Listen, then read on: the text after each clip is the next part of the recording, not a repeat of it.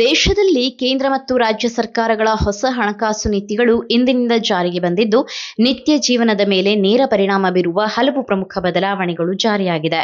ತೆರಿಗೆ ವ್ಯವಸ್ಥೆಯಿಂದ ಹಿಡಿದು ಟೋಲ್, ನೀರು, ವಿದ್ಯುತ್, ಬ್ಯಾಂಕಿಂಗ್ ಸೇವೆಗಳವರೆಗೆ ಹಲವು ಕ್ಷೇತ್ರಗಳಲ್ಲಿ ಹೊಸ ನಿಯಮಗಳು ಅನ್ವಯವಾಗುತ್ತಿದೆ.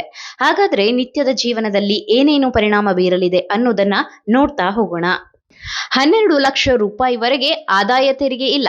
1961ರ ಆದಾಯ ತೆರಿಗೆ ಕಾಯ್ದೆ ರದ್ದಾಗಿ ಹೊಸ ಕಾಯ್ದೆ ಜಾರಿಗೆ ಬರಲಿದೆ. ಸರಳ ಭಾಷೆ, ಪಾಲನೆಗೆ ಸುಲಭ, ಗ್ರಾಹಕರ ಸ್ನೇಹಿ ನಿಯಮಗಳನ್ನು ಹೊಸ ಕಾಯ್ದೆ ಒಳಗೊಂಡಿದೆ.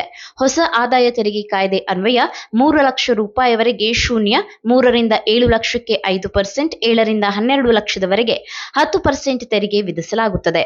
ಆದರೆ ವಿವಿಧ ರಿಯಾಯಿತಿ, ವಿನಾಯಿತಿ ಬಳಸಿ 12 ಲಕ್ಷದವರೆಗೆ ಶೂನ್ಯ ತೆರಿಗೆ ವ್ಯಾಪ್ತಿಗೆ ಒಳಪಡಬಹುದು. ಟೋಲ್ ವಿದ್ಯುತ್ ದರ ಏರಿಕೆ. ಕೈಗಾರಿಕೆ ಮತ್ತು ವಾಣಿಜ್ಯ ಗ್ರಾಹಕರಿಗೆ ಘೋಷಿಸಲಾದ ಹೊಸ ವಿದ್ಯುತ್ ದರ ಏಪ್ರಿಲ್ 1ರಿಂದ ಜಾರಿಗೆ ಬರಲಿದೆ. ಹೀಗಾಗಿ ಈ ವಲಯದ ಗ್ರಾಹಕರು ಹೆಚ್ಚಿನ ವಿದ್ಯುತ್ ಶುಲ್ಕ ಪಾವತಿಸಬೇಕಾಗಿ ಬರಲಿದೆ. ರಾಜ್ಯ ಹೆದ್ದಾರಿಗಳಲ್ಲಿ ಟೋಲ್ ದರ 3ರಿಂದ 5% ಹೆಚ್ಚಳವಾಗಲಿದೆ. ಮತ್ತೊಂದೆಡೆ ರಾಷ್ಟ್ರೀಯ ಹೆದ್ದಾರಿ ವಾರ್ಷಿಕ ಪಾಸ್ ದರ 75 ರೂಪಾಯಿ ಹೆಚ್ಚಳ ಆಗಲಿದೆ. ಇದರಿಂದ ಪಾಸ್ ದರ 3,000ದಿಂದ 3,075 ರೂಪಾಯಿಗೆ ಏರಿಕೆಯಾಗಲಿದೆ. ಬೆಂಗಳೂರು ನೀರಿನ ದರ ಹೆಚ್ಚಳ.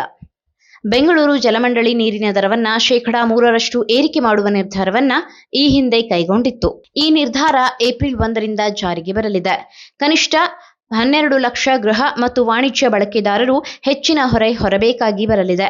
ನೀರಿನ ಸರಬರಾಜು ವೆಚ್ಚ, ನಿರ್ವಹಣಾ ವೆಚ್ಚ ಏರಿಕೆ ಶುಲ್ಕ ಏರಿಕೆ ಮಾಡಲಾಗುತ್ತಿದೆ. ಇನ್ನು ಕಸ ವಿಂಗಡಣೆ ಮಾಡದಿದ್ದರೆ ದಂಡ ಹಾಕಲಾಗುತ್ತೆ.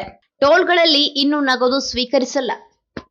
ಟೋಲ್ ಬೂತ್ಗಳಲ್ಲಿ ಈಗಾಗಲೇ ಫಾಸ್ಟ್ಯಾಗ್ ವ್ಯವಸ್ಥೆ ಜಾರಿಗೆ ಬಂದಿದ್ದು, ಕೆಲವು ಸಂದರ್ಭಗಳಲ್ಲಿ ನಗದು ಸ್ವೀಕರಿಸಲಾಗುತ್ತಿತ್ತು.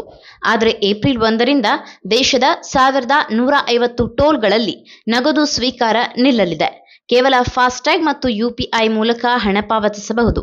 ಒಂದು ವೇಳೆ ಯುಪಿಐ ವ್ಯವಸ್ಥೆ ಕೂಡ ವಾಹನ ಚಾಲಕರ ಬಳಿ ಇರದಿದ್ದರೆ ಸಂಚಾರಕ್ಕೆ ಅವಕಾಶ ನೀಡಲ್ಲ. ಇನ್ಮುಂದೆ ಪ್ಯಾನ್ ಕಡ್ಡಾಯ. 1 ವರ್ಷದಲ್ಲಿ 10 ಲಕ್ಷ ರೂಪಾಯಿಗಿಂತ ಹೆಚ್ಚಿನ ನಗದು ಠೇವಣಿ ಮಾಡಿದರೆ ಆಗ ಪ್ಯಾನ್ ನಂಬರ್ ಸಲ್ಲಿಕೆ ಕಡ್ಡಾಯವಾಗಲಿದೆ. ಜೊತೆಗೆ 5 ಲಕ್ಷ ರೂಪಾಯಿ ಮೇಲ್ಪಟ್ಟ ವಾಹನ ಖರೀದಿ, 20 ಲಕ್ಷ ರೂಪಾಯಿ ಮೇಲ್ಪಟ್ಟ ಆಸ್ತಿ ಖರೀದಿ ವಹಿವಾಟಿಗೂ ಪ್ಯಾನ್ ಸಲ್ಲಿಕೆ ಇನ್ನು ಕಡ್ಡಾಯವಾಗಿರಲಿದೆ.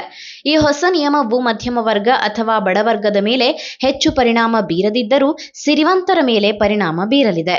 ಎಟಿಎಂ ಖಾಸಗಿ ವಲಯದ ವಿವಿಧ ಬ್ಯಾಂಕ್ಗಳು ಗರಿಷ್ಠ ಉಚಿತ ಮಿತಿಯ 3ರಿಂದ 5 ಗಡಿ ದಾಟಿದ ಬಳಿಕ ಪ್ರತಿ ವಹಿವಾಟಿಗೂ ವಿಧಿಸುವ ಶುಲ್ಕವನ್ನ 21ರಿಂದ 23ಕ್ಕೆ ಹೆಚ್ಚಿಸಲಾಗಿದೆ.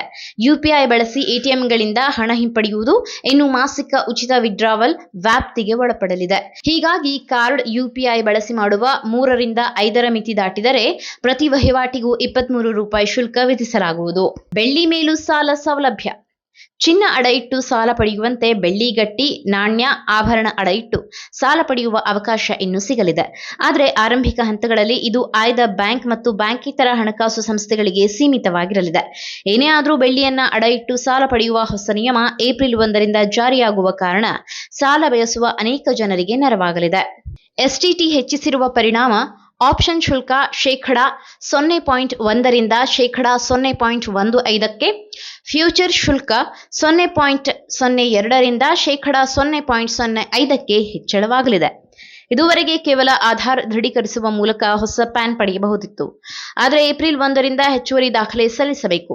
ಜೊತೆಗೆ ಆಧಾರ್ನಲ್ಲಿ ಇರುವಂತೆಯೇ ಪ್ಯಾನ್ನಲ್ಲೂ ಹೆಸರು ಬರಲಿದೆ. ಒಟ್ಟಾರೆ ಈ ಹೊಸ ನಿಯಮಗಳು ತೆರಿಗೆ ಸಡಿಲಿಕೆ ನೀಡಿದರೂ ಟೋಲ್, ವಿದ್ಯುತ್, ನೀರು ಮತ್ತು ಬ್ಯಾಂಕಿಂಗ್ ಶುಲ್ಕ ಏರಿಕೆಯಿಂದ ಸಾಮಾನ್ಯ ಜನರ ಖರ್ಚು ಹೆಚ್ಚುವ ಸಾಧ್ಯತೆ ಇದೆ.